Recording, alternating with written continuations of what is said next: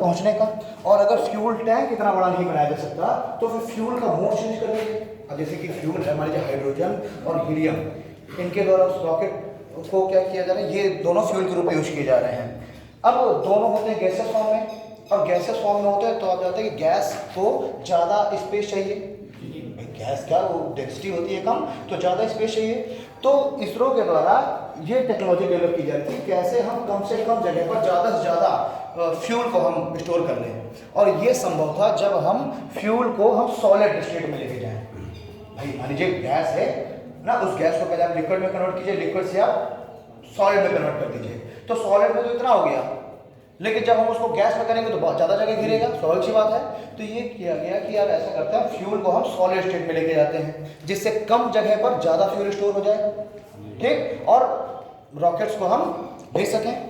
तो इसके लिए आवश्यकता थी क्रायोजेनिक इंजन की, और इंडिया में क्रायोजेनिक इंजन बन नहीं रहे थे, टेक्नोलॉजी हमारे पास थी नहीं।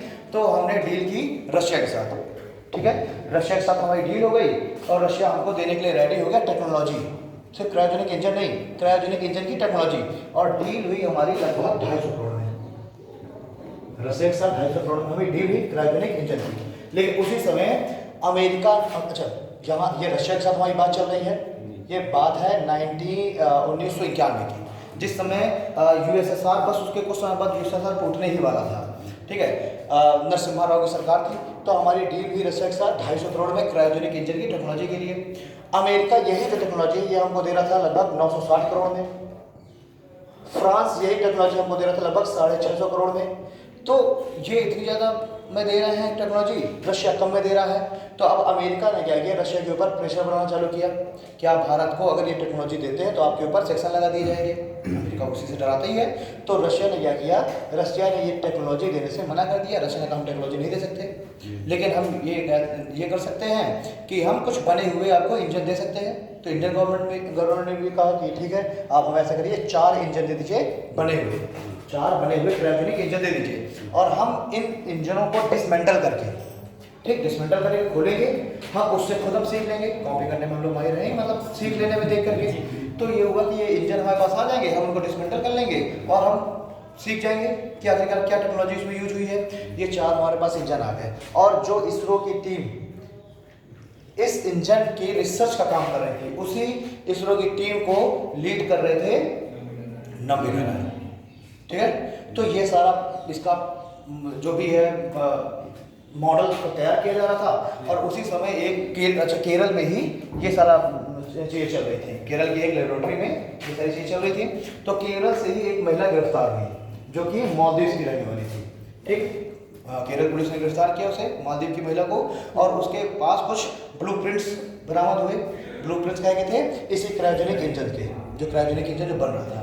और उस महिला ने कहा कि नंबी नारायण जी ने ही मुझे ये ब्लूप्रिंट्स दिए हैं, और मैं इन ब्लूप्रिंट्स को लेकर के पाकिस्तान के पास जा रही हूँ उनको देने, ठीक है। तो इतना पुलिस ने सुना, वो नंबी नारायण को तुरंत गिरफ्तार कर लिए, ठीक है ना। और गिरफ्तार करके लगभग 50 दिन तक नंबी नारायण को जेल में रखा गया, टॉर्चर किया गया, ठीक है। उसके बाद इनके ऊपर केस वगैरह चलता रहा। 50 दिन के बाद इनको बेल मिली। बेल मिलने के बाद फिर 1994 का ये मामला पहुंचा, और ये इसमें सीबीआई की जान बैठ गई। 1994 में 1994 में सीबीआई की जान बैठ गई। उसके बाद चलते चलते 2017 में सीबीआई ने इनको क्लीन चिट दी कि इनको केवल फंसाया गया है।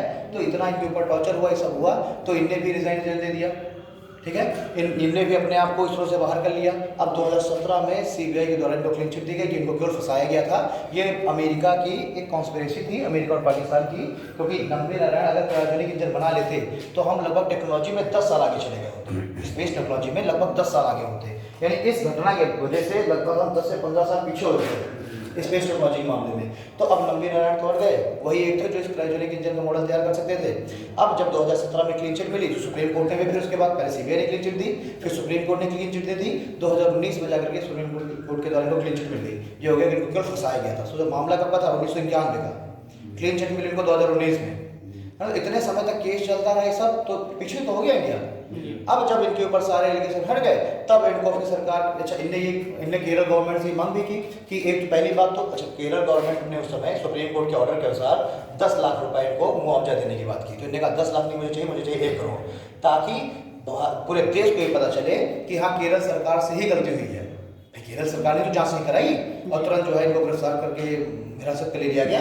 तो इन्होंने कहा कि मुझे 1 करोड़ चाहिए ताकि लोगों की नज़रों में आ सके ये फिगर और लोगों को पता चले कि हाँ गलती हुई थी, तब तो इतनी बड़ी राशि दी गई है। तो यही अभी तक मैटर चल रहा था। केरल सरकार देने के लिए राजी थी नहीं, अब जाकर के इनको देखा जाए 1.3 करोड़ मुआवजा ये दिया गया। ठीक है, जिन पुलिस वालों ने इनको गिरफ्तार किया था उनके ऊपर सुप्रीम कोर्ट ने उनके खिलाफ जांच का आदेश दिया, उनकी गिरफ्तारी हुई, उनके ऊपर केस चल रहा है और सरकार के द्वारा इनको पद्म भूषण अवार्ड से सम्मानित किया गया। ठीक है, तो सेकंड हाईएस्ट सिविलियन अवार्ड तो उससे सम्मानित किया गया इनको, सॉरी थर्ड पद्म भूषण सम्मानित किया, भूषण सम्मानित किया गया। अब इनके ऊपर बन रही है मूवी, ठीक है ना। अब आर माधवन रॉकेटरी इनकी मूवी बन रही है। तो आपको थोड़ा सा नंबी नारायण का इतिहास थोड़ा सा ध्यान रखना है। जो पीडीएफ वगैरह आ रही है उसमें हो सकता है कि पर्सन ऑफ द डे में नंबी नारायण के बारे में कोई पीडीएफ नहीं देखो, कोई देखता है पीडीएफ डेली? आप में समझो मैं डेली पीडीएफ भेजता हूँ, उसमें था नंबी नारायण। हाँ, तो 100% रहेगा क्योंकि इस समय इतना चर्चा में है वो, तो मैंने देखा नहीं है बट उसमें नंबी नारायण होंगे। तो उस पीडीएफ को आपको एक बार उसको पढ़ लेना है, देख लेना कब कब क्या क्या केस चला और किस फील्ड से जुड़े, ये सारी चीज़ें उस पीडीएफ आपको मिल जाएंगी। तो नंबी नारायण से क्वेश्चन 100% क्वेश्चन 1 नंबर का आना ही आना है, श्योर है। ओके, चलो कुछ और जो इस समय 1 जुलाई से लेकर के अभी जो कुछ इंपॉर्टेंट न्यूज़ें हैं उसको हम लोग थोड़ा सा डिस्कस कर लेते हैं और ले लेते हैं। क्लियर?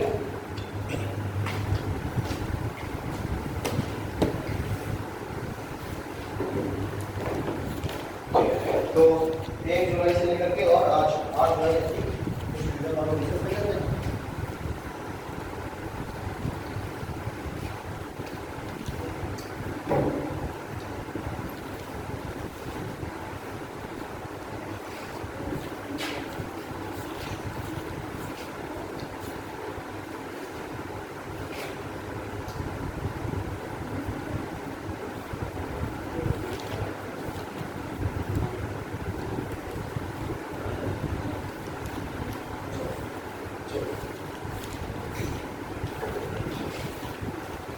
भारत के अटॉर्नी जनरल कौन है?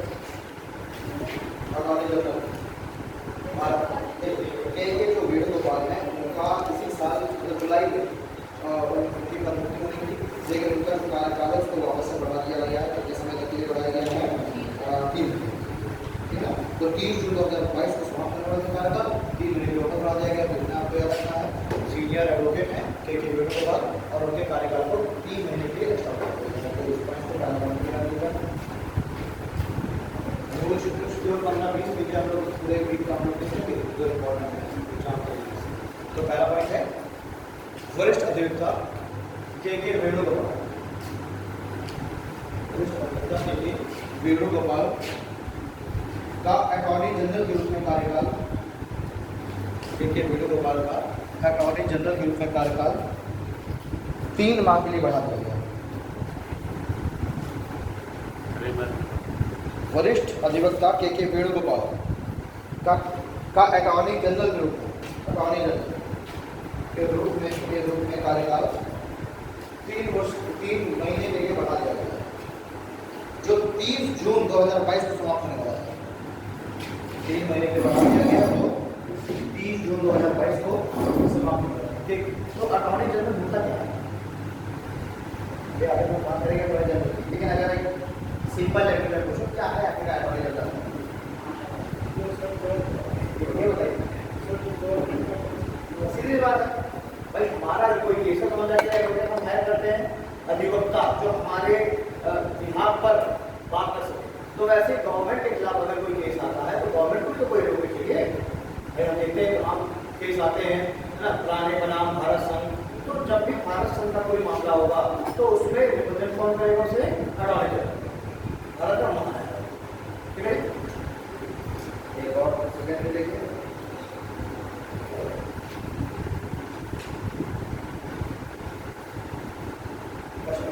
ये अच्छा क्वेश्चन इसमें अंतर्राष्ट्रीय जो छात्र हैं उनके लिए भारत सबसे अच्छा जो शिक्षा के मामले में एक शहर घोषित किया गया वो है मुंबई। ठीक है, तो इस पॉइंट पर ये QS best student cities, QS best student cities 2023 के अनुसार QS बेस्ट स्टूडेंट सिटीज 2023 के अनुसार मुंबई अंतर्राष्ट्रीय छात्रों के लिए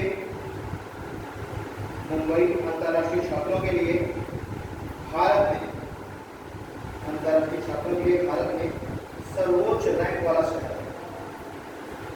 भारत में सर्वोच्च रैंक वाला शहर है।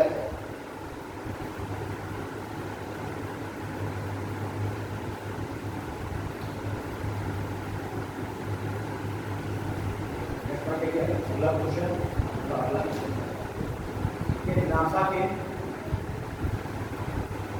नासा के शोधकर्ताओं ने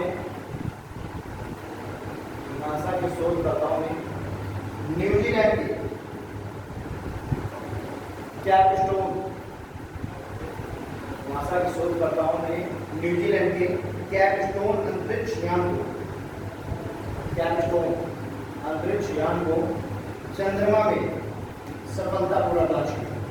चंद्रमा पर सफलतापूर्वक लॉन्च किया। न्यूजीलैंड कैपस्टोन अंतरिक्ष यान को चंद्रमा पर सफलतापूर्वक लॉन्च किया।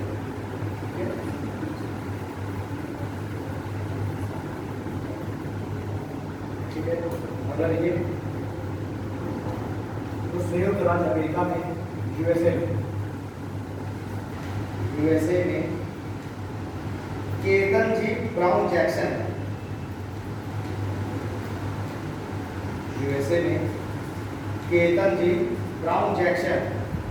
ने पहली अश्वेत महिला के रूप में सर्वोच्च न्यायालय में न्यायाधीश के रूप में शपथ ली। सर्वोच्च न्यायालय में न्यायाधीश के रूप में शपथ ली। तो यूएसए की पहली अश्वेत महिला है केतन जी ब्राउन जैक्सन, जिन्होंने यूएसए की सुप्रीम कोर्ट में न्यायाधीश के रूप में शपथ ली। अच्छा, महाराष्ट्र का इस समय जो मामला चल रहा है उसका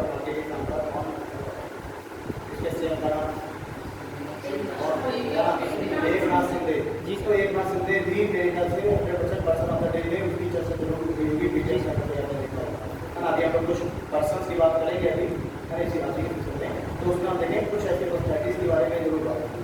रिपन के बारे में जरूर बात नहीं होगी। रिपन एक चर्चा में आते हैं लेंगे। हाँ, रिपन की कुछ पॉइंट्स तो इस बार रिपन की चर्चा बता दें, तो देखेंगे कुछ पर्सनैलिटी चर्चा। तो ये आप देख सकते हैं कि एकनाथ शिंदे मुंबई के नए सीएम कौन सा था? एकनाथ शिंदे।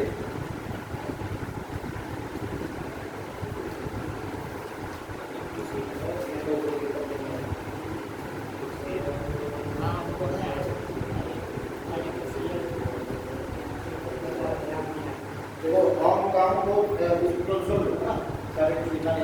जो हांगकांग है उसको दुनिया का सबसे महंगा शहर घोषित किया गया है उन प्रवासियों के लिए जो कि दूसरे देशों में और हांगकांग में जाने की जॉब करते हैं। तो हांगकांग को दुनिया का सबसे महंगा शहर घोषित किया गया है। तो हांगकांग सबसे महंगा शहर घोषित हो गया। लेकिन इसके लिए जो वहाँ पर माइग्रेट्स जा रहे हैं, जो जॉब करने वहाँ पर जा रहे हैं, उनके लिए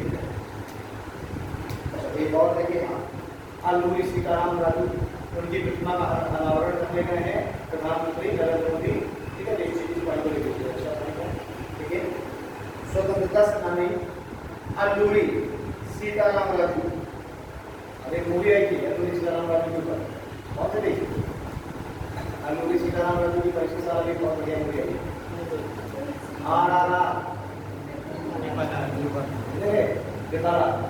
अल्लूरी सीताराम रामचंद्र किसके किरदार में है? अल्लूरी सीताराम राजू के किरदार में। ठीक है, तो ठीक है, स्वतंत्रता सेनानी अल्लूरी सीताराम राजू की प्रतिमा का अनावरण करते हैं।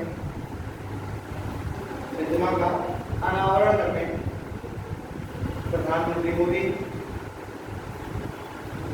अनावरण करते हैं। प्रधानमंत्री मोदी आंध्र प्रदेश के भीमावरम शहर में, आंध्र प्रदेश के भीमावरम शहर में मोदी के द्वारा अल्लूरी सीताराम राजू की प्रतिमा का अनावरण किया गया। आंध्र प्रदेश के भीमावरम शहर।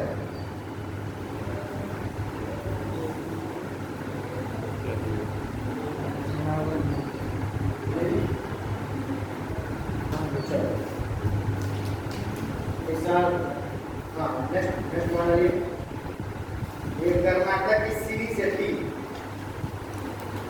कर्नाटक की सिलीसेट्टी को मुंबई में जियो कन्वेंशन सेंटर, कर्नाटक की सिलीसेट्टी को मुंबई में जियो कन्वेंशन सेंटर में फेमिना मिस इंडिया 2022 की विजेता का ताज पहनाएगा। सिलीसेट्टी को मुंबई में जियो कन्वेंशन सेंटर में फेमिना मिस इंडिया 2022 की विजेता का ताज पहनाएगा। सर एक बार रिपीट करिए। कर्नाटक की सिलीसेट्टी को मुंबई के जियो कन्वेंशन सेंटर में फेमिना मिस इंडिया 2022 का ताज पहनाया गया।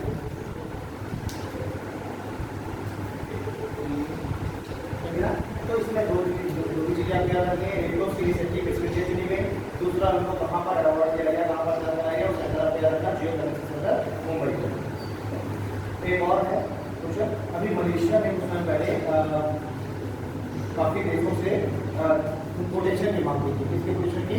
युद्ध विमान, ठीक है ना, फाइटर जेट्स की कोटेशन की मांग की थी। इसमें चाइना की कंपनी भी पार्टिसिपेट की कोटेशन मिली थी, साउथ अफ्रीका की कंपनी की कोटेशन मिली थी, और भारत की कंपनी की कोटेशन मिली थी, ठीक है। तो Hindustan aeronautics limited HAL Bharat की कंपनी है जो कि युद्ध विमान बनाती है, ठीक है, फाइटर जेट्स।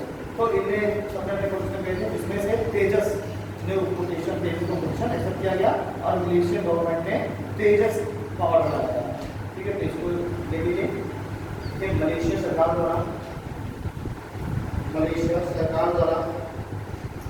भारत के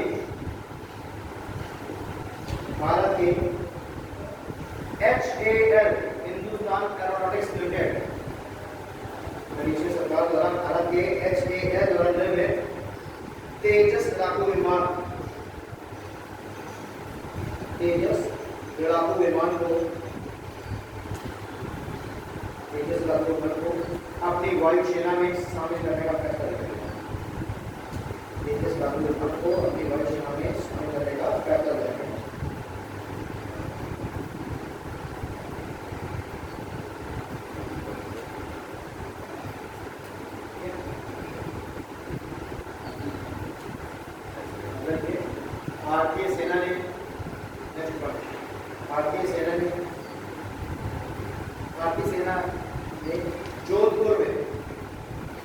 भारतीय सेना ने जोधपुर में सीमा और तटीय सुरक्षा के लिए सुरक्षा मंथन 2022 कर दिया। भारतीय सेना ने जोधपुर में सीमा और तटीय सुरक्षा के लिए सुरक्षा मंथन 2022 का आयोजन किया।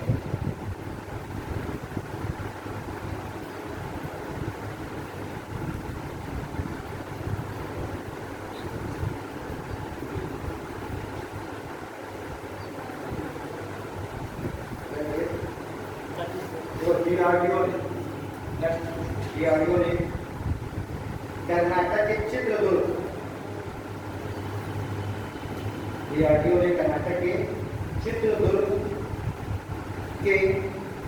चित्रदुर्ग के वैमानिकी परीक्षण रेंज, वैमानिकी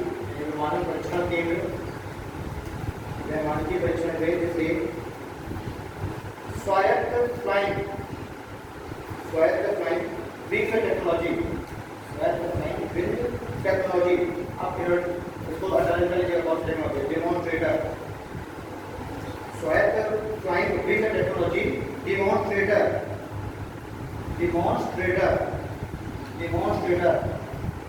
कहाँ देख रहा है? डेमोन्स्ट्रेटर लिखा है, डेमोन्स्ट्रेटर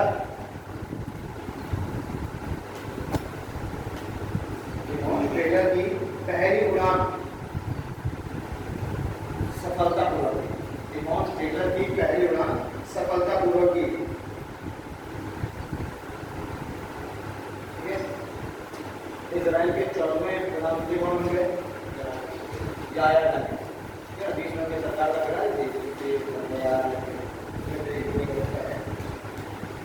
हाँ अच्छा एक चला देखो भारत के सबसे बड़े तैरते सौर ऊर्जा संयंत्र भारत का सबसे बड़ा तैरता सौर ऊर्जा संयंत्र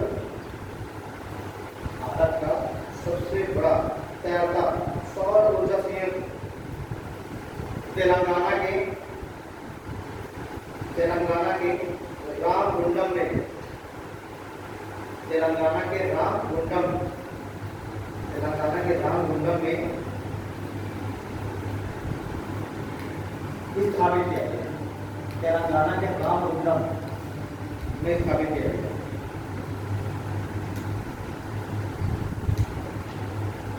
रामगुंडम क्या है रामगुंडम में इसी को योजना है ना और इसी की जो रिजर्वायर है उसी में इसको स्थापित किया गया है सबसे बड़ा तैरता सौर ऊर्जा संयंत्र तो गोदावरी नदी पर स्थित है रामगुंडम परियोजना तेलंगाना ठीक है तो ये परियोजना भी काफी इंपॉर्टेंट है बड़े क्यों वगैरह करते हैं रामगुंडम परियोजना कौन से राज्य में है किस नदी पर तो तेलंगाना राज्य और गोदावरी पोचमपाद भी इसी नदी की पोचमपाद तो ये रामगुंडम देखिए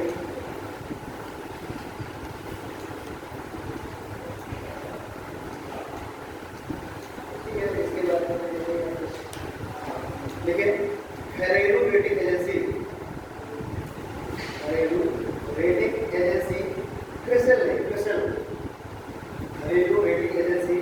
क्रिसिल ने फाइनेंशियल ईयर 23 घरेलू एजेंसी क्रिसिल ने फाइनेंशियल ईयर 23 में भारत के लिए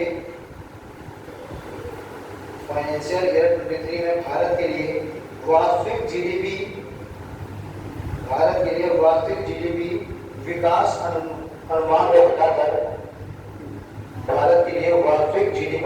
अनुमान को घटाकर 7.3% किया है 7.3% किया है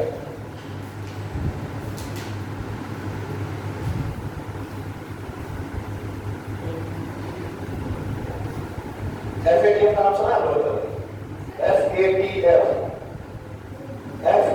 फाइनेंशियल एक्शन टास्क फोर्स ये एक ऐसी एजेंसी है जो कि ऐसे वित्त पोषण को रोकती है जो कि किसी आतंकवादी गतिविधि के लिए दिए जा रहे हैं यानी बहुत सारे देशों के ऊपर भी FATF नियंत्रण करती है ना जहाँ का समझ आ रहा होता है कि अगर कोई वो फंड से ले रहा है IMF से या वर्ल्ड बैंक से और वो फंड टेररिज्म एक्टिविटी के लिए वो उस फंड को दे रहा है ऐसे किसी टेररिस्ट ग्रुप के पास फंड पहुंचा रहा है तो इसकी निगरानी करता है FATF है ना फाइनेंशियल एक्शन टास्क फोर्स तो लिखिए देखो FATF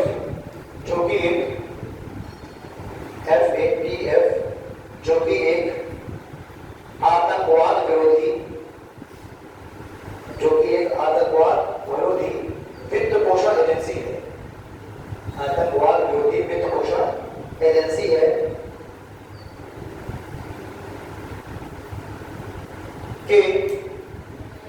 के प्रमुख के रूप में FATF के प्रमुख के रूप में भारतीय मूल के टी राजा FATF के प्रमुख के रूप में भारतीय मूल के टी राजा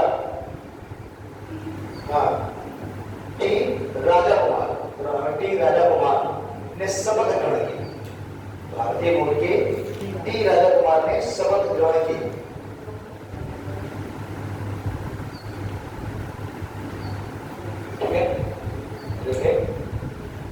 इसरो ने सिंगापुर के 3 उपग्रहों को सिंगापुर के 3 उपग्रहों के साथ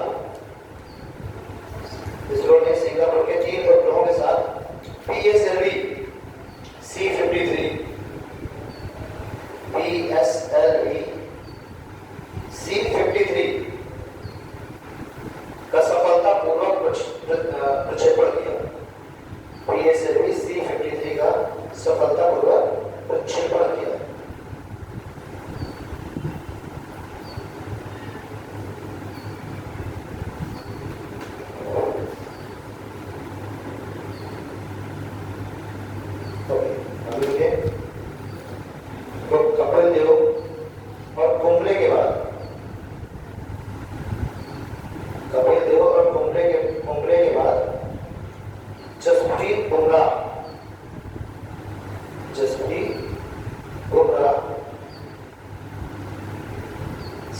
विकेट लेने वाले छठे भारतीय बने।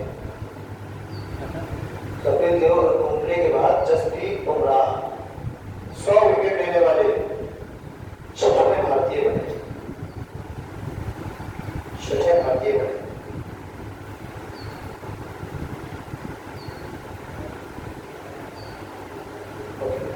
नेक्स्ट लिखिए, भारतीय महिला मुक्केबाज, भारतीय महिला मुक्केबाज अल्फिया पठान, भारतीय महिला मुक्केबाज अल्फिया पठान और गीतिका ने, भारतीय महिला मुक्केबाज अल्फिया पठान और गीतिका ने कजाकिस्तान में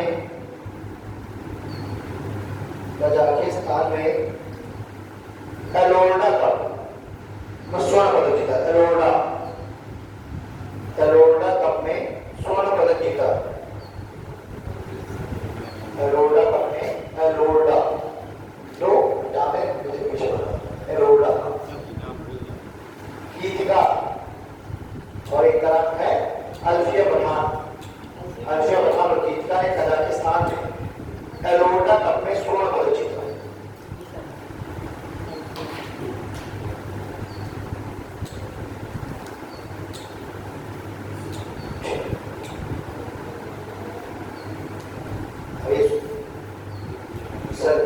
सरकार द्वारा एक दिशा निर्देश जारी किया गया होटल रेस्टोरेंट के लिए, और उसमें जो सर्विस टैक्स जो होते हैं वो सर्विस टैक्स पर रोक लगाने की बात की गई। ठीक है, तो होटल रेस्टोरेंट के लिए सर्विस टैक्स पर रोक लगाने की दिशा निर्देश दिए सरकार ने। देखिए उसमें क्या होता है, तो हमें बिल अगर आप देखेंगे तो नीचे सर्विस टैक्स लिखा होता है। तो बहुत सारे रेस्टोरेंट्स ऐसे भी हैं जिनके यहाँ फैसिलिटी होती है कि आप पहुँच जाते हैं टेक अवे, मतलब कुर्सी से उठकर जाइए और काउंटर से अपना सामान लीजिए, वो भी सर्विस टैक्स होते हैं। तो किस बात की सर्विस टैक्स देंगे वो, जब कस्टमर पहुंच जाकर के अपना ऑर्डर लेकर के आ रहा है ना, उसकी सीट तक उसको ऑर्डर दिया नहीं जा रहा तो सर्विस टैक्स किस बात करेंगे।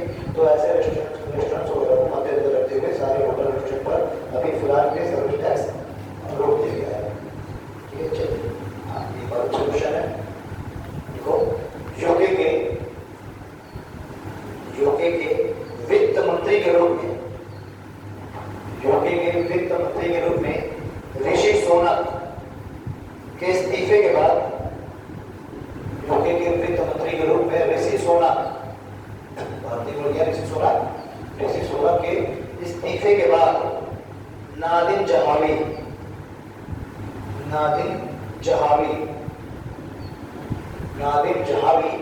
यूके के नए वित्त मंत्री बने। नादिम जहावी यूके के नए वित्त मंत्री बने।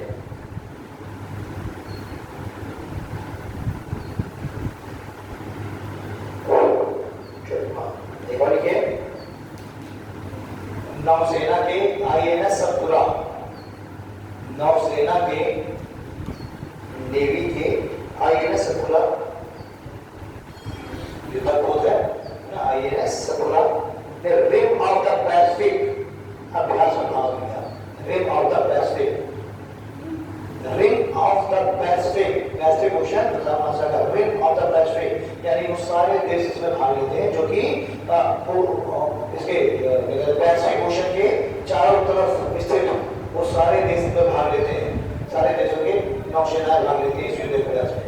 तो रिम ऑफ द पैसिफिक अभ्यास में भाग लिया। ठीक है, तो आपको एक याद रखना आईएनएस सतपुरा, और दूसरे याद रखना किस युद्ध अभ्यास में भाग लिया है, रिंग ऑफ द पैसिफिक युद्ध अभ्यास में भाग लिया है। तो सारे वो कंट्रीज होंगे जिनकी जो पैसिफिक ओशन के आसपास स्थित हो। देखिए भारत की डायरेक्ट सीमा तो नहीं किसी भी तरीके से साझा होती पैसिफिक ओशन से, लेकिन चूंकि भारत के साथ दक्षिण पूर्वी एशियाई देश है उनकी सीमा साझा हो रही, तो भारत भी हमेशा से जाता रहा इस युद्ध अभ्यास में। ओके, अगला पॉइंट है, आरबीआई ने इंडसइंड बैंक और कोटक महिंद्रा बैंक पर, आरबीआई ने इंडसइंड बैंक और कोटक महिंद्रा बैंक पर आर्थिक जुर्माना लगाया है। अच्छा, ये किसने लगाया गया है? जुर्माना की लगाया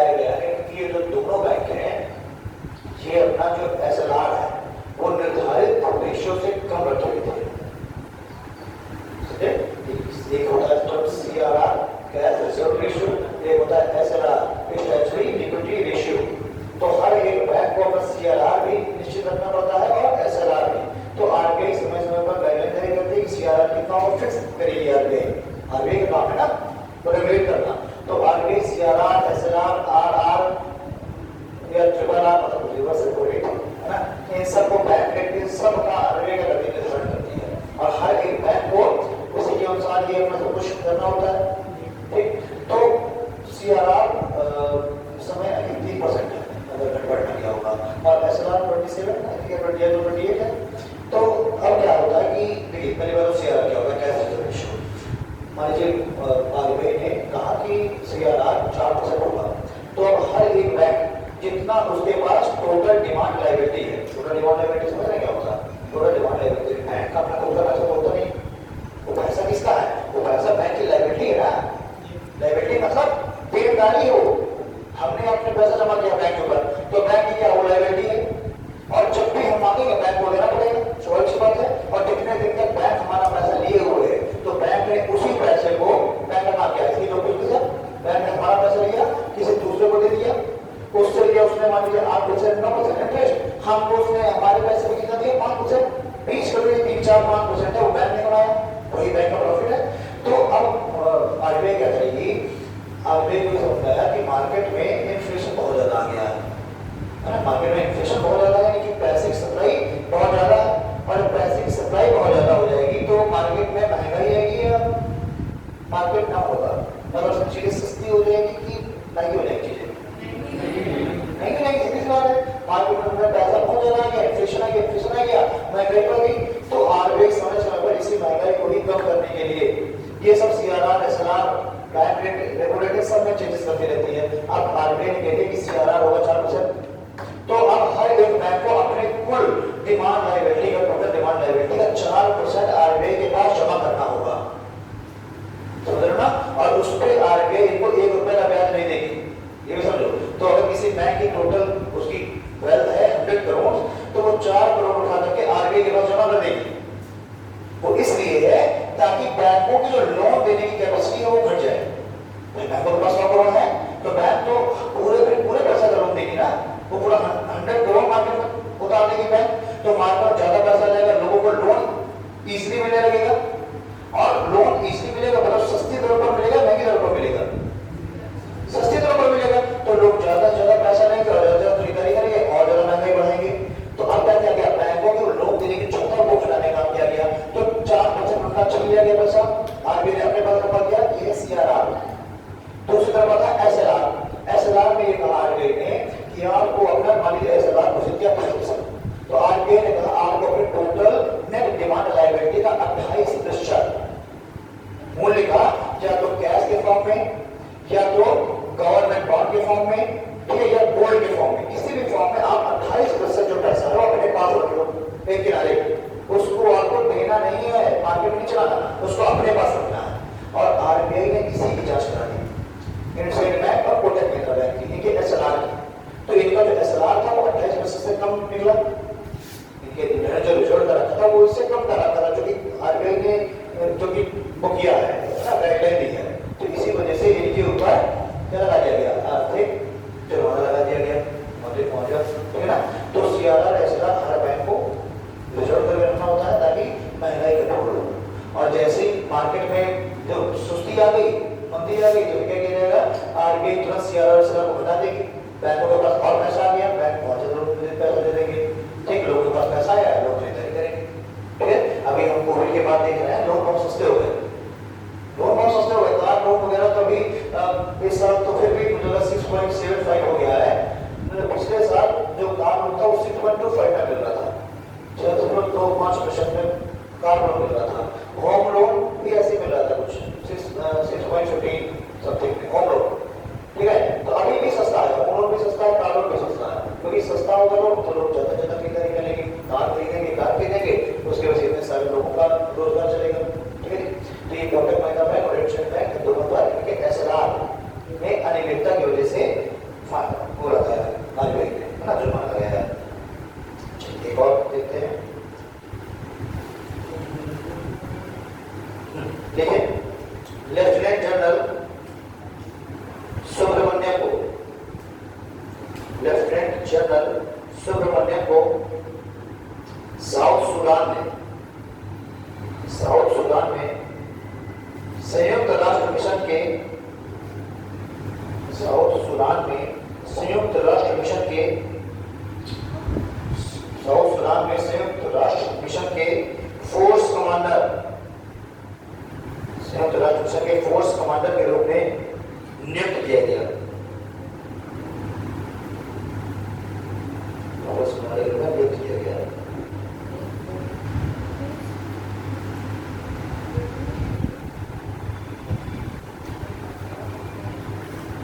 अब कोई क्वेश्चन आ रहा है जो कि यूनिवर्स जब हम टॉपिक पढ़ रहे थे तो यूनिवर्स टॉपिक में हम लोगों ने पढ़ा हुआ था एक टर्म लार्ज हाइड्रोजन कोलाइडर।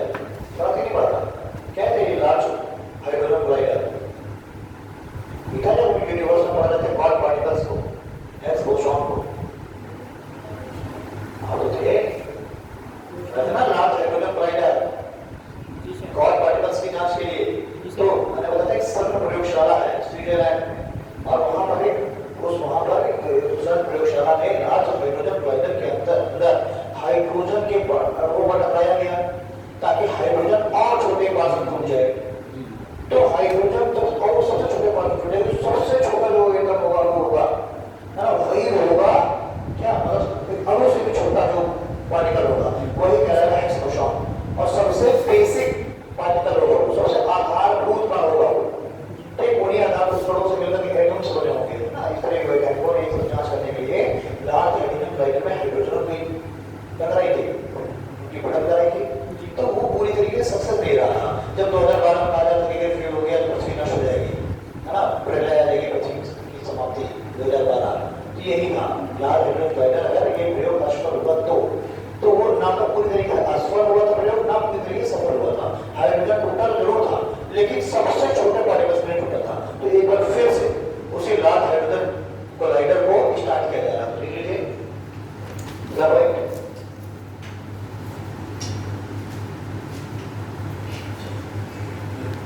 देखो, परमाणु अनुसंधान के लिए यूरोपीय परिषद द्वारा परमाणु अनुसंधान के लिए यूरोपीय परिषद द्वारा परमाणु अनुसंधान के लिए यूरोपीय परिषद द्वारा जुलाई 2022 में तीसरी बार लार्ज हैड्रॉन कोलाइडर शुरू किया गया। लार्ज हैड्रॉन कोलाइडर शुरू किया गया।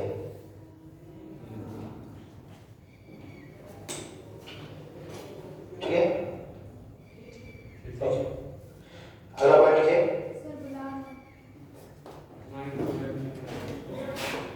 अच्छा बंद कर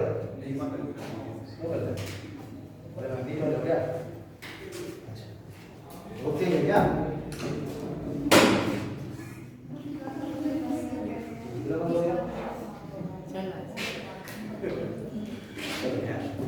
नेक्स्ट पॉइंट लिखिए।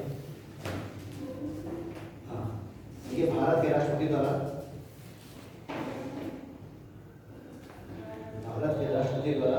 राज्यसभा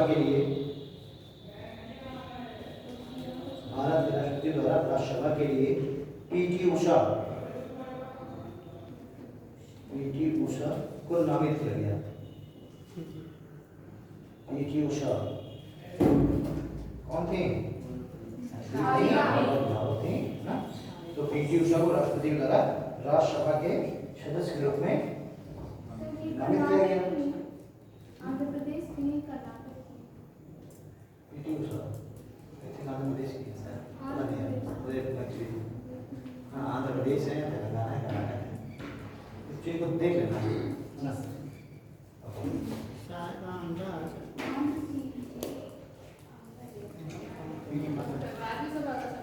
हाँ राज्यसभा के सदस्य के रूप में जो 12 सदस्य 12 को नामित कर सकते हैं ना राष्ट्रपति।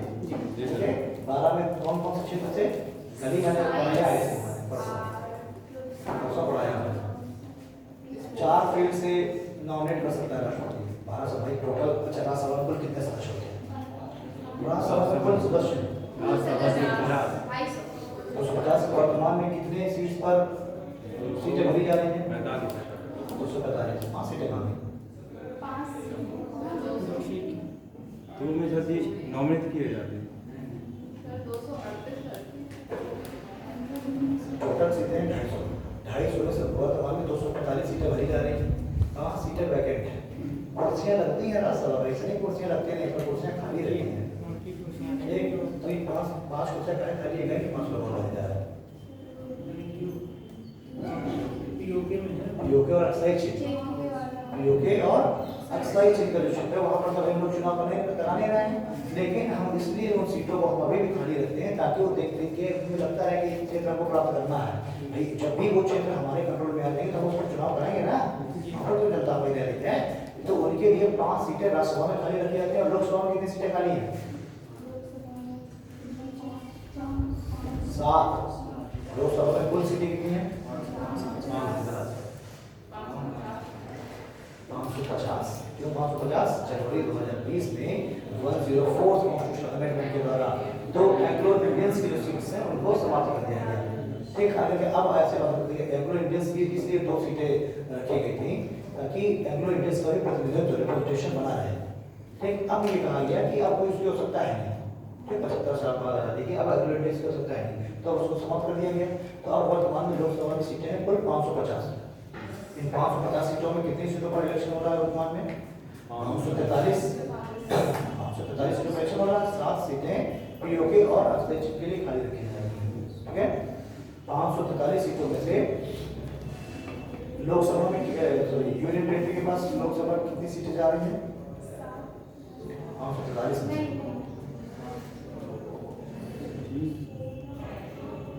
देखिए सीटों का जो डिवीजन किया गया, डिस्ट्रीब्यूशन कैसे किया गया, सुनो टोटल 550 सीटें हैं। 550 सीटों में 530 सीटें राज्यों से आएंगी और 20 सीटें आएंगी यूनियन टेरिटरी से। ठीक है ना? तो अभी तक क्या था, 2019 से पहले की अगर हम बात देखें, 2019 से पहले की बात इसलिए कर रहा हूँ क्योंकि उस समय जम्मू कश्मीर एक राज्य था। तो उस समय यूनियन टेरिटरी में 13 सीटें भरी हुई थी। टोटल सीटें थी 545, 2 एंग्लो इंडियंस हो गए और 2 एंग्लो इंडियंस को हटा दो तो बची 543 सीटें। इन 543 सीटों में से 13 सीटें थी यूनियन टेरिटरीज के पास।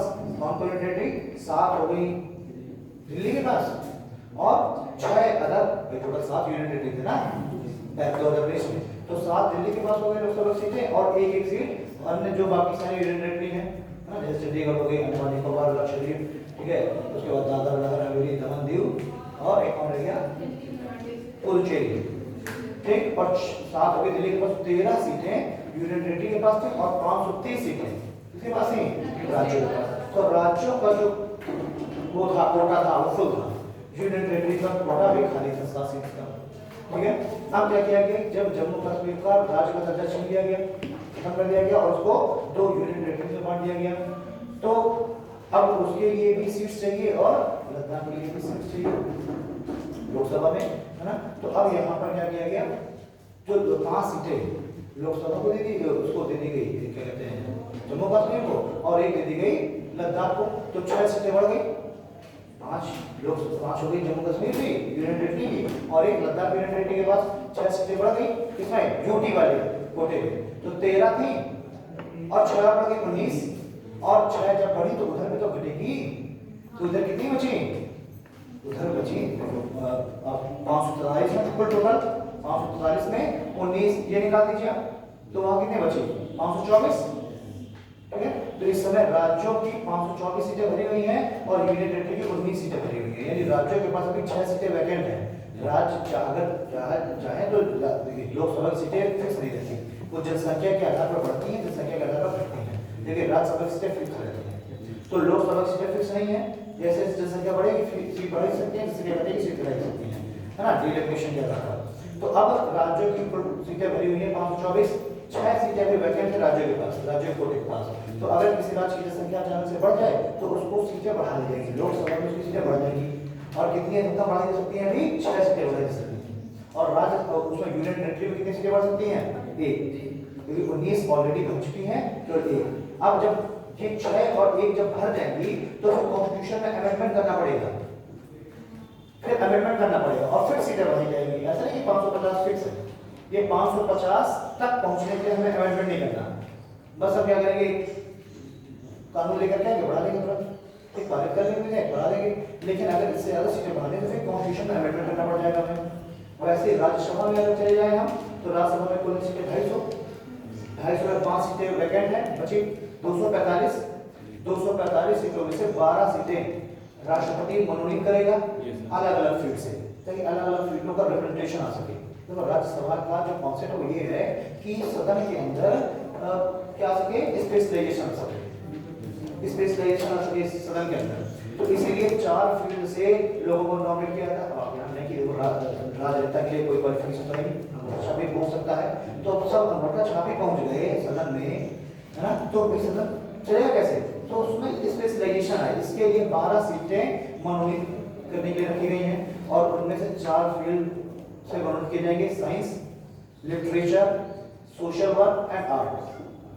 ठीक है, तो अब जब मान लीजिए सरकार किसी व्यक्ति को मनोनीत करना ही मन बना ही लेकिन मुझे मनोनीत करना है, अब वो जो है किसी फील्ड में उसका कोई योगदान नहीं है ना, साइंस के फील्ड में तो आपको पता चल जाएगा कि क्या योगदान है, आर्ट में पता चल जाएगा क्या योगदान है, लिटरेचर में पता चल जाएगा क्या योगदान है, पर समाज सेवा में पता चलेगा कि क्या योगदान है, नहीं कोई तरह की नहीं समाज सेवा का। तो जब भी किसी की एंट्री करानी है तो सोशल वर्क वाला जो कोटा है उसे एंट्री करा दिया गया है। और ये जो पीटी उषा है इसको किस कोटे से उनको लाया गया? आर्ट। स्पोर्ट्स किसमें आ जाएगा? ठीक है, सचिन तेंदुलकर। तो जो इस तरीके के सब आर्ट से आएंगे। किसी वैज्ञानिक को लाया जाएगा, साइंस कोटे से लाया जाएगा। किसी ने टेक्नोलॉजी के क्षेत्र में अच्छा काम किया हो, है ना, बायोलॉजी के क्षेत्र में कोई बढ़िया, मेडिकल के क्षेत्र में कोई बढ़िया काम किया हो तो वो सब साइंस वाले बैकग्राउंड से जाएंगे।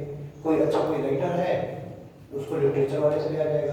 तो 22 तो निकल गई। राज्यसभा में सीटें जो कि मनोनीत की जाएंगी राष्ट्रपति के द्वारा। अब बचे कितने? 243 245 में 250 में 12 चली गई नॉमिनेट वाली, बची 233। ये 233 सीटें भरी जाती हैं राज्य प्लस यूनियन टेरिटरीज के द्वारा। तो समझना, 233 सीटें भरी जाएंगी राज्य प्लस यूनियन टेरिटरीज के द्वारा। लेकिन इसमें कितनी सीटें राज्य की होंगी, कितनी यूनियन टेरिटरीज की होंगी, ये है मेरा मुद्दा। लोकसभा में तो हम देख रहे हैं कि लोकसभा में 530 सीटें राज्यों के लिए निर्धारित थी और 20 सीटें यूनियन टेरिटरीज के लिए निर्धारित थी, जिसमें से 6 अभी वैकेंट है राज्यों वाली और 1 वैकेंट है यूनियन टेरिटरी वाली। ये कोटा ही बढ़ सकता है, पर राज्यसभा में इसका क्या कर लिया है? टोटल सीटें 233 भरी हुई है। ठीक है, यूटी की कितनी सीट है और स्टेट की कितनी सीट है? तो देखो यहाँ लक्षद्वीप की सीट होगी राज्यसभा में, लक्षद्वीप की कितनी सीटें हैं राज्यसभा में, या अंडमान निकोबार की कितनी सीटें राज्यसभा में, या चंडीगढ़ की कितनी सीटें राज्यसभा में, दिल्ली की कितनी सीटें राज्यसभा में, दिल्ली की 3, अच्छा पुदुचेरी की, जम्मू कश्मीर 4, ठीक है ना। अब जम्मू कश्मीर की 4, दिल्ली की 3, पुदुचेरी की 1, बाकी दिल्ली के पास 1 सीट नहीं है। क्यों? क्योंकि राज्यसभा के सदस्यों का चुनाव कौन करता है? विधानसभा के सदस्य, राज्य की विधानसभा के सदस्य। तो जिस यूनियन टेरिटरी के पास अपने स्वयं की विधानसभा नहीं होगी तो वो राज्यसभा में उसके पास सीटें कहां से होगी? नहीं होगी। लद्दाख के पास सीट होगी राज्यसभा में? नहीं होगी। यही तो मुद्दा था। 4-5 महीने पहले लद्दाख के लोग स्ट्राइक कर रहे थे। अगर हम अच्छा खासा हम जब राज्य थे तो हमें विधानसभा में भी हमारा प्रतिनिधित्व था, हमारे पास विधान परिषद भी थी, लोकसभा में भी सीट थी हमारे पास, और राज्यसभा में भी हमारा रिप्रेजेंटेशन था, चारों रिप्रेजेंटेशन था।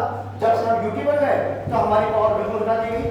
ना हमारे पास विधानसभा बची, ना हमारे पास विधान परिषद बची, और विधानसभा नहीं है तो राज्यसभा भी नहीं है। और लोकसभा में कितनी सीट मिली? 1। तो लद्दाख कितना बड़ा क्षेत्र और सीट भी 1। तो लोगों ने कहा कि हमारी तो पावर बढ़ गई, तो हमको आप रखिए शेड्यूल 6 में।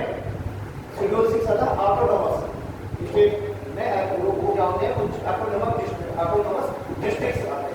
तो उसमें जो शेड्यूल 6 है उसमें ऑटोनॉमस डिस्ट्रिक्ट्स की बात की थी, यानी कुछ ऐसे डिस्ट्रिक्ट्स हैं जिनको स्वयं पावर दी है डिस्ट्रिक्ट्स को ही अपने लिए कानून वगैरह बनाने के लिए, अपने रेवेन्यू जो भी वर्क के लिए ऑटोनॉमस डिस्ट्रिक्ट्स को पावर दे दी गई। यानी तमाम ऑटोनॉमस कॉलेज होते हैं, अपना स्वयं का एंट्रेंस एग्जाम कराते हैं, अपना स्वयं का एस्टिमेटरी एग्जाम कराते हैं, सब ऑटोनॉमस कॉलेज। तो वैसे ही शेड्यूल 6 में ऑटोनॉमस डिस्ट्रिक्ट्स की बात की गई। असम और मेघालय के कुछ शामिल हैं, ठीक है। नागालैंड, असम, मेघालय, त्रिपुरा, इन 4 राज्यों को शेड्यूल 6 पर रखा गया है। त्रिपुरा, नागालैंड, मेघालय एंड असम, इन 4 हाँ मिजोरम, मेघालय मिजोरम, नागालैंड मिजोरम, ठीक है। जो 4 स्टेट्स हैं जिनको ऑटोनोमस डिस्ट्रिक्ट्स का दर्जा मिला हुआ, ऑटोनोमस स्टेट्स है उसके डिस्ट्रिक्ट्स को ही ऑटोनोमस अथॉरिटी है। तो लद्दाख वाले मांग कर रहे हैं हमको शेड्यूल 6 में रखा जाए, और जो कोई शेड्यूल 6 के बारे में जानता है वो जानते हैं उनकी मांग क्या है। तो ये लोग कहें हमारी मांग को आपने ऑलरेडी बता दिया, क्लियर। तो अब वही उनकी मांग से क्या क्या क्या होता है। तो अब 233 अगर सीटें हैं राज्यसभा में जो कि 40+ स्टेट्स को मिली हुई है, तो इनमें से 8 सीटें किसके पास चली गई, यूडी के पास। 4 जम्मू कश्मीर, 3 दिल्ली है, 1 पुडुचेरी। तो राज्यों के पास कितनी बची, 225। तो राज्यसभा में राज्यों की सीटें हैं 225 और यूडी की सीटें हैं 8। क्लियर, ये है सीटों का बंटवारा, और इन्हीं में से एक सीट पर नॉमिनेट किए गए हैं पीटी उषा प्रेसिडेंट, ठीक है ना, स्पोर्ट्स कोटे से, ठीक है।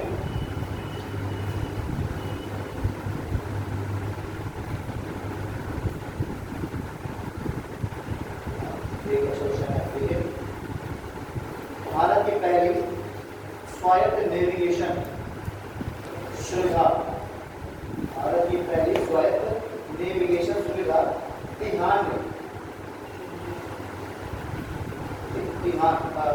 नेविगेशन सुविधा तिहान को, नेविगेशन सुविधा तिहान को IIT हैदराबाद द्वारा लॉन्च किया गया, IIT हैदराबाद द्वारा लॉन्च किया गया।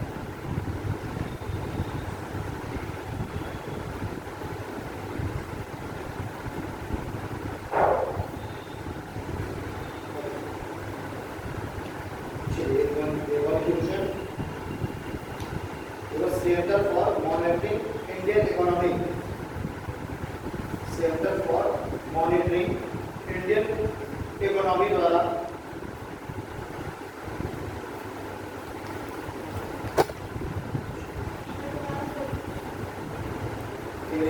Centre for monitoring Indian economy द्वारा जारी रिपोर्ट के अनुसार, centre for monitoring Indian economy द्वारा जारी रिपोर्ट के अनुसार बेरोजगारी दर में, बेरोजगारी दर में हरियाणा एवं राजस्थान, हरियाणा एवं राजस्थान शीर्ष में, बेरोजगारी दर में हरियाणा एवं राजस्थान शीर्ष में।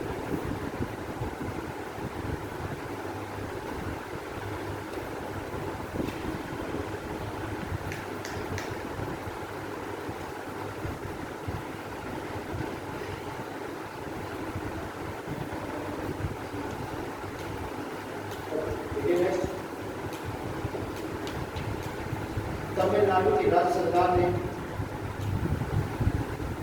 तमिलनाडु की राज्य सरकार ने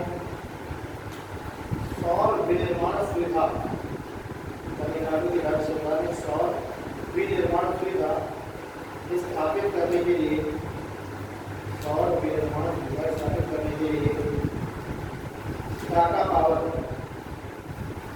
टाटा पावर के साथ समझौता किया, टाटा पावर के साथ समझौता किया।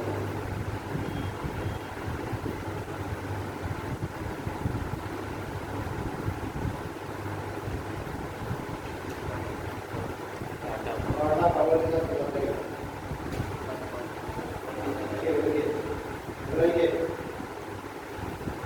हिमाचल प्रदेश सरकार, हिमाचल प्रदेश सरकार ने महिलाओं के लिए, हिमाचल प्रदेश सरकार ने महिलाओं के लिए नारी को नमन योजना शुरू की, महिलाओं के लिए नारी को नमन योजना शुरू की।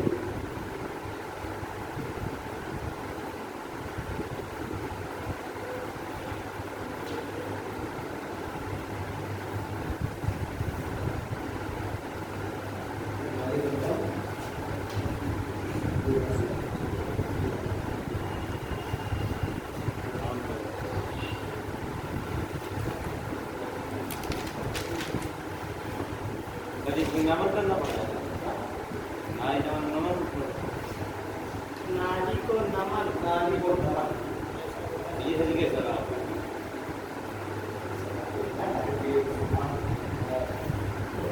ये योजनाओं की बनाम रखने के नहीं करना, ठीक, इसमें कुछ योजनाएं या कुछ प्रायोरिटी पहलों की जाएगी, बहुत सारे गवर्नमेंट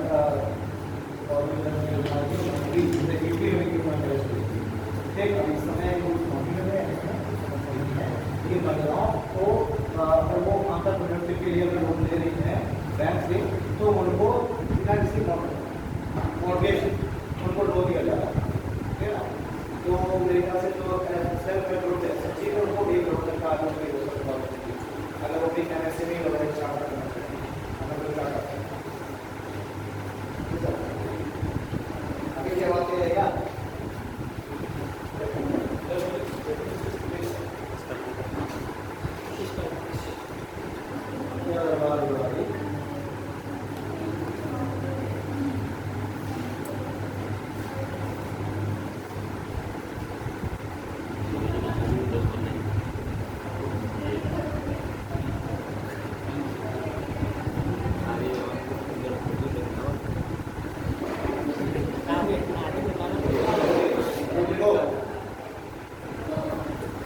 अंतर्राष्ट्रीय सहकारिता दिवस 2022, अंतर्राष्ट्रीय सहकारिता दिवस 2022 का विषय है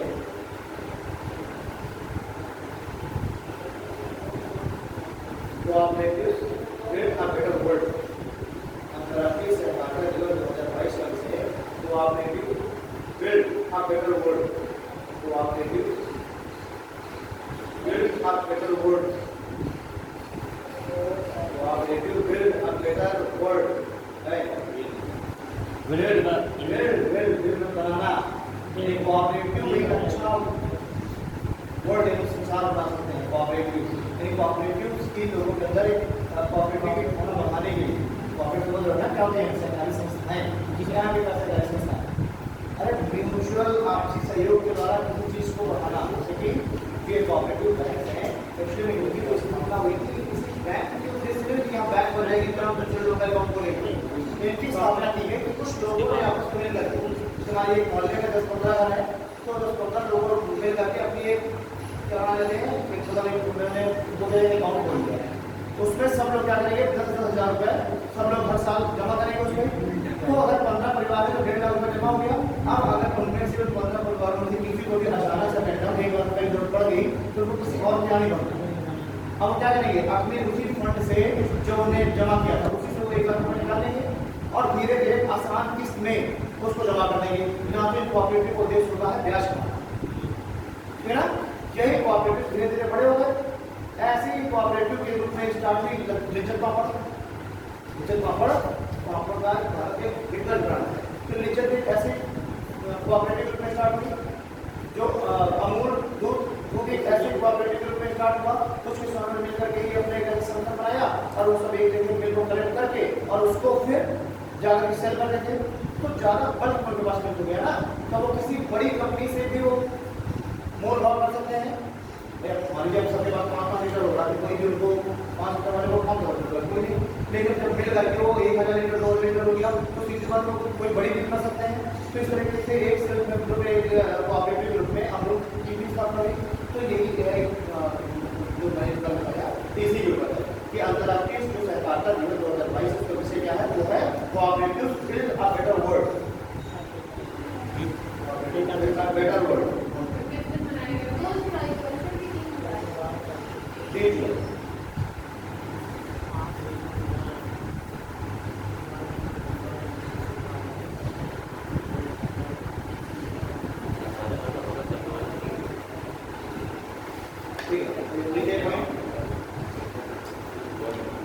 भारतीय सेना और भारतीय वायुसेना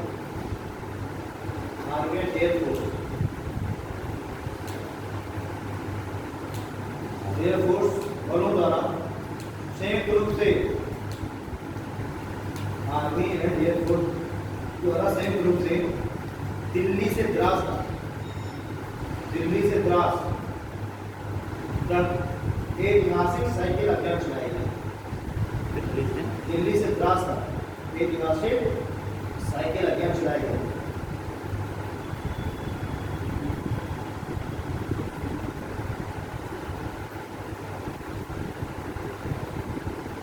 द्रास कहाँ है?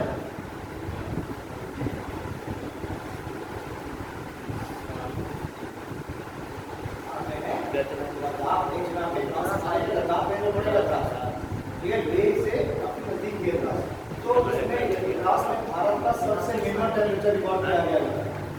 द्रास में भारत का सबसे लोएस्ट टेम्परेचर, द्रास में भारत का सबसे लोएस्ट टेम्परेचर रिकॉर्ड किया गया। कौन से देश में? लद्दाख, जहाँ हिमालय लद्दाख में, ठीक है। और कहाँ पर है? ये लद्दाख में, लेह से काफी क्लोज है।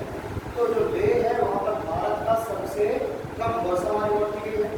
लेह को भारत का सबसे शुष्क स्थान बोलते हैं, राइट, क्योंकि वहाँ पर 20 सेंटीमीटर वर्षा होती है। और द्रास को भारत का सबसे ठंडा स्थान, वहाँ पे सबसे ठंडे स्थान माना गया, सबसे कम लोएस्ट टेम्परेचर रिकॉर्ड किया गया द्रास में।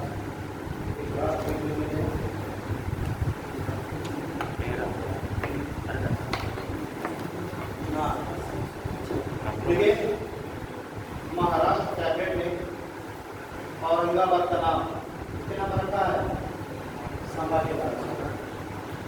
महाराष्ट्र कैबिनेट ने औरंगाबाद का नाम छत्रपति संभाजी महाराज के नाम पर रखा।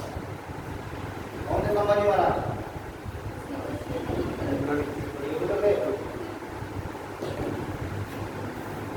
कब बने थे शासक?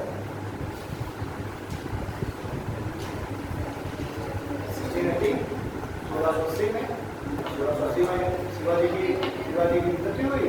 और उस समय ही संभाजी भी औरंगजेब की कैद में संभाजी, और काफी समय पहले से औरंगजेब की कैद में संभाजी, ठीक है। जब शिवाजी ने विद्रोह के बाद लगभग 66 या 68 कैद में, और जब शिवाजी की मृत्यु के बाद संभाजी को छोड़ा औरंगजेब, ठीक है। तो अब ये जब बाहर निकलते हैं तो फिर सबसे पहले 1680 और 1680 से लेकर 89 तक ये छत्रपति रहते हैं, और इनकी हत्या करवाई जाती है। किसने हत्या करवाई थी? ठीक है, जो हत्या करवाई थी? औरंगजेब का एक अकबर सेकंड, वो अकबर, क्योंकि औरंगजेब को बहुत लंबे पीरियड तक 49+ ईयर्स तक वो शासक रहा, तो काफी उतना हो चुका था और मर रहा नहीं था, गद्दी भी हो रहा था। तो उसका जो पुत्र है अकबर सेकंड, वो भी काफी अब बड़ा हो चुका था, लगभग 40+ ईयर्स का हो चुका था, वो 40 साल से ऊपर हो चुका था, लगभग 48-47 साल का। तो वो भी देख रहा था कि वो मर रहा नहीं और ये मरेगा नहीं, और उससे पहले मैं मर जाऊँ, तो वो पहुंच गया संभाजी के पास, ये गद्दी साधे नहीं रहा, ये आदत तो मेरा करवा रहा है, ठीक है। तो अब संभाजी ने इसको अकबर सेकंड को मदद करने का वादा किया, मदद करूँगा। और इसी बात से पुनः सुना गया औरंगजेब, और औरंगजेब ने संभाजी की हत्या करवा दी, ठीक है। संभाजी की मृत्यु हुई, संभाजी का राजा नाम और जाने के बाद 39 to 70 ना 1700 राजा राम रहते हैं। और राजा राम की जब मृत्यु होती है तो राजा राम का खुद का और ये जो है शासकों में थोड़ा सा मतलब से याद रखते हैं, बहुत सारे मतलब ऐसे ही रहते हैं। क्यों अगर आप क्रोनोलॉजी याद करेंगे कब कौन किसके बाद आया, तो हिस्ट्री ऐसे याद करने के यही तरीका है। हिस्ट्री में बहुत कंफ्यूज होगी, कब शासक कौन है ये करते क्रोनोलॉजी पढ़ के चलिए जाते हैं। तो 1700 में फिर राजा राम फर्स्ट की मृत्यु होगी, और ये राजा राम कौन थे? ये शिवाजी के पुत्र थे, लेकिन शिवाजी के 2 पत्नी, बड़ी पत्नी के पुत्र संभाजी और छोटी वाली पत्नी के पुत्र राजा राम, है ना। तो संभाजी की जब मृत्यु हुई तो संभाजी के जो पुत्र है साहू जी और संभाजी की पत्नी, ये दोनों कैद करवा लिया था औरंगजेब ने। संभाजी के पहले कैद में साहू जी को भी कैद करा दिया था 89 में औरंगजेब ने, और उसकी पत्नी को भी दिए थे कैद में। तो बाहर कोई था नहीं, जो उनके दूसरी पत्नी शिवाजी की, उनके पुत्र राजा राम वो मर गए, और उन्होंने कभी भी अपने आप को छत्रपति घोषित नहीं किया, उन्होंने हमेशा अपने आप को साहू जी का प्रतिनिधि ही माना। तो कहीं उन्होंने कहा कि बड़ा पुत्र शासन करेगा और राजा पुत्र शासन करेगा, तो शिवाजी को बड़े पुत्र संभाजी को शासन करेगा, संभाजी को साहू जी को शासन करना था, लेकिन वो है गैर में। तो राजा राम ने हमेशा अपने आप को साहू का प्रतिनिधि का, जब तक वो जेल में है तब तक वो शासन करना, और जैसे वो जेल से हटेंगे तो ये है ना, तब तक मैं उनके बड़े भाव करके शासन करना। तो कभी भी छत्रपति ये ध्यान देना कि छत्रपति किस शासक ने बर्बादी फाड़ने की है, तो राजा था, ठीक है। और हमेशा साहू जी का प्रतिनिधि कहा। 1700 में राजा की मृत्यु होगी, तब तक भी साहू जी कैसे नहीं किया, तो आप शासक कौन हो जाएगा? शिवाजी सेकंड, इस राजा राम को। और उस समय ही हमें ताराबाई का समय देखने को मिलेगा। ताराबाई शिवाजी सेकंड की सृष्टि में शासन करेगी, और 1707 ईस्वी में औरंगजेब की मृत्यु हो जाएगी। तब बहादुर शाह प्रथम, बहादुर शाह प्रथम मुअज्जम कहते हैं ना, तो मुअज्जम गद्दी पर बैठेगा। अब तो ये भी काफी ओल्ड हो चुका है और इस वक्त क्षमता है नहीं को लड़े। और ये देखिए ना कि मराठा बड़े आक्रामक हैं, गुरिल्ला वॉर वो करते तो उसने पहले मराठा से विभिन्नता बनाने की कोशिश की कि मेरे ऊपर कोई अटैक नहीं करे, मुझे सामने लगे दिए तो 4 साल मेरे पास बचे हैं और मेरे 4 साल के पास बचे। 17 साल में चला गद्दी में बैठा, 1712 में वो जल्दी तो जहाँ लड़ाई 5-6 साल मेरे पास सामने सुना हूँ, तो उसने मराठों से मित्रता संबंध बनाया। क्या करेगा? सऊदी को रिलीज कर देगा, सऊदी बना लेंगे, शिवाजी सेकंड और सऊदी का युद्ध होगा, ठीक है ना। और फिर वहीं से आ जाता है पेशवा का काल। उसी युद्ध से ये शिवाजी सेकंड के साथ सऊदी का युद्ध होगा, फिर उसी युद्ध में ही मराठा सरदार का बड़ा युद्ध इसने हेल्प की थी सऊदी, और उसी हेल्प के ही रिकॉर्ड के रूप 1708 में सऊदी के द्वारा बालाजी को सराय नवा की पोस्ट पर डाल दिया। सराय नवा एक नया पद बनाया गया, जैसे एक चीफ डिफेंस स्टाफ का पद है ना सीडीएस, ऐसे सीडीएस के ही जैसा एक सराय नवा का पद है। ये सारे सेनाओं का मान है। तो 1708 में बनेगा सराय नवा बालाजी का नाम। 1713 में बना दिया जाएगा उसको पेशवा। अब वहीं से चालू रहेगा पेशवा 13 से 20, 20 से 40, 40 से 60, 60 से 72, 73 से 74, 74 से 96 से 18 काफी पेशवा प्रश्न। और कहाँ जाएंगे पेशवा पे हुई नागौर जो शासित कर दिया जाएगा विरुद्ध के द्वारा आप नारायण तो ये जो संवाद है उनके नाम पर औरंगाबाद के नाम फिर हैं